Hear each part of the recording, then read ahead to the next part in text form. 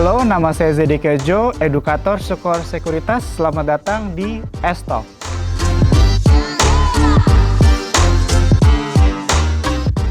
Oke, kita akan lanjut ke pertanyaan selanjutnya. Apa yang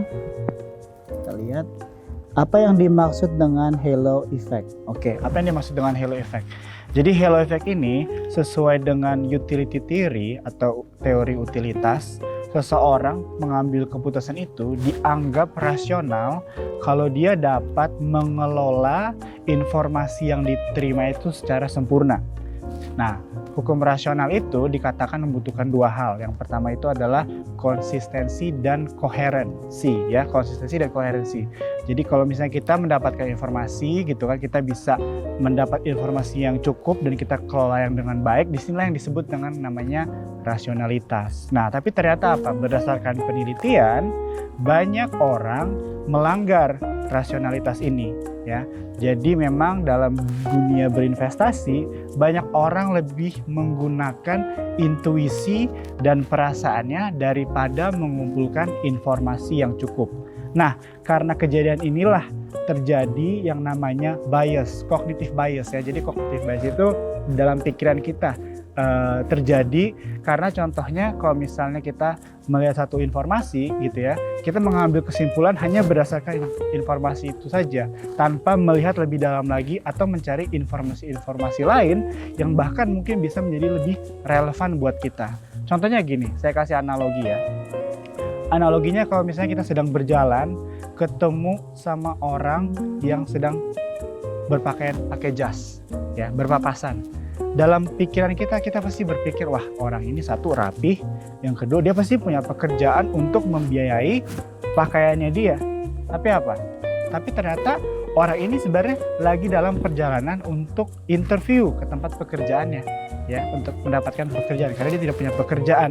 Dan dalam interview ini diharuskan dia berpakaian rapih dan dia tidak punya. Akhirnya dia apa? Harus meminjam dari kerabatnya, temannya, atau keluarganya. Nah, jadi halo effect ini membuat kita itu memiliki pemikiran yang bias, ya. Jadi kita itu membuat satu persepsi atau kesimpulan atau gambaran hanya berdasarkan satu atau dua informasi. Oke, di dalam dunia berinvestasi, ya, halo effect ini banyak menjebak para pelaku investor, ya. Jadi kalau misalnya kita lihat salah satu contohnya buat orang-orang yang sedang melakukan keputusan atau mengambil keputusan untuk berinvestasi di emiten mana.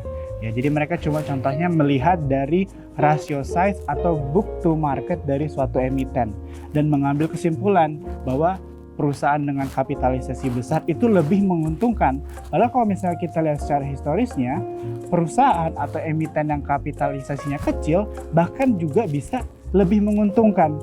Nah, jadi di sini adalah menjadi salah satu bukti bahwa banyak orang terjebak di dalam yang namanya halo effect. Contoh kedua bisa kita lihat juga banyak pelaku investor itu menganggap kalau kita berinvestasi di LQ45 begitu ya, di perusahaan yang value-nya tinggi, fundamentalnya baik, itu lebih menguntungkan. Lalu kalau misalnya kita lihat lagi secara historis, ini belum tentu menguntungkan. Nah, jadi disinilah kita bisa melihat bagaimana halo effect ini menarik konsep atau menarik persepsi orang-orang pelaku investor yang tidak menganalisa atau mencari informasi yang lebih dalam, ya. Jadi banyak memang para pelaku ini yang tidak mengelola informasinya yang sempurna. Nah, selanjutnya lagi kita bisa melihat contohnya buat para traders, ya, buat para traders bagaimana terjebak di nama yang halo effect ini. Para traders percaya banyak, ya, yang terjebak. Mereka berkata kalau kita trading di saat kondisi pasar uptrend itu akan lebih menguntungkan daripada kita trading di saat kondisi pasar itu downtrend. Akhirnya apa? Banyak trader, ya, mungkin trader-trader pemula juga mulai trading tanpa rasional, ya, tanpa rasional di dalam kondisi uptrend. Padahal apa? Secara historis juga kondisi uptrend juga tidak menjanjikan bahwa emiten-emiten ini akan menguntungkan. Ya, kalau misalnya kita lihat juga bahkan di dalam kondisi downtrend ya, contohnya kalau misalnya kita lihat saat IHSG lagi turun juga, lagi downtrend, tetap ada kan emiten-emiten yang menguntungkan. Nah, jadi disinilah contoh-contoh yang bisa kita lihat bagaimana halo effect itu atau cognitive bias itu bisa menjebak orang karena kita tidak berusaha mencari informasi secara lebih menyeluruh, begitu ya. Nah, di sini juga teman-teman misalnya kalau misalnya kita lihat secara perekonomian Indonesia, kita itu lagi ada yang namanya di crossroad, ya, di persimpangan. Semuanya menuju digital. Kalau saya personally, I think digital economy is the future.